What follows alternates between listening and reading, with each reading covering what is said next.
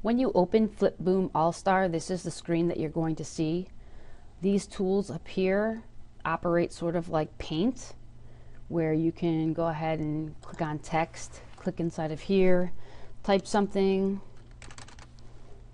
and then if that happens, you can highlight it, change your font to something that makes sense. You can use the pencil, choose a color, draw with the pencil. You can use your brush, choose a different color, draw with your brush. Okay, you can draw a sphere and you can color it in. You can draw a line, or you can draw a square or a rectangle. Okay, so those are just some basic tools that you use with Flipboom All-Star. So why don't you go ahead and give that a shot. Now we're going to go ahead and do some animations. So in order to get rid of all of this, you could either right here create something that's completely new. You can choose to erase things, or you can go to your select tool and click on each object and hit the delete button on your keyboard. That will delete it. However you choose to do that, you could also move things to the trash like that. Okay, on the bottom you're going to see this little kind of bear. He is in the foreground, and usually you would put things that you want to move in the foreground. So the things that you want to animate. These are called frames, so it's frame 1, frame 2, frame 3, and so on. The next row is going to be for your background. Your background is usually stationary, doesn't move. And the last row is going to be for your voice or any background music that you might want to play.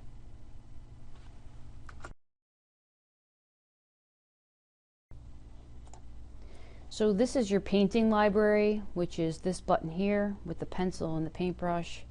The next one is the drawings library, where you can bring out different characters and backgrounds and put it into this box to animate.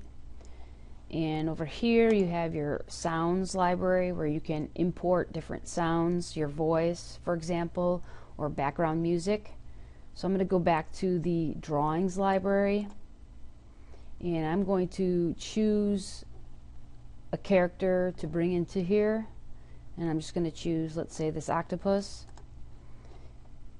and make him a little bit smaller. Notice the octopus is down here on the foreground because I'm going to be moving the octopus. Now I'm going to click on the background, and I'm going to choose a background that is going to be kind of, see if I can find something with water. There's got to be one with water somewhere. Oops.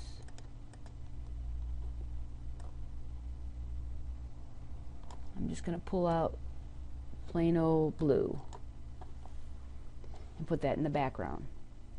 Now I want to animate this octopus to swim across the screen, so I'm going to click back on the octopus, and then I'm going to duplicate the octopus. This is the duplicate button, so it duplicates him from frame number 1 to frame number 2. Now I don't want him in the same position. I want him to appear like he's moving across the screen, so I'm going to click and I'm going to move him a little bit. Notice there's a little pink shadow here that shows you the position of the octopus in frame number 1, or the frame right before it. So I'm going to duplicate him again, and I'm going to move him up, and then I'm going to duplicate him again and move him again. Duplicate, move, duplicate, move, duplicate, move, duplicate, move, duplicate, move, duplicate, move, duplicate, move, and duplicate, and finally I'm just going to delete them off the screen. So now notice the blue did not follow, so I'm going to click on the blue background and I'm going to duplicate that until I have enough that cover the whole octopus. and click back on frame number 1, and I'm going to go ahead and play it. This is a loop button, which means it loops your animation over and over. I'm going to click this button to stop it from looping. This here is your play button. I can play it. You see the octopus go across the screen. If that's moving too quickly, you're going to use this gauge right here. I'm going to move it down so we move slower. And that is basically how you animate a character.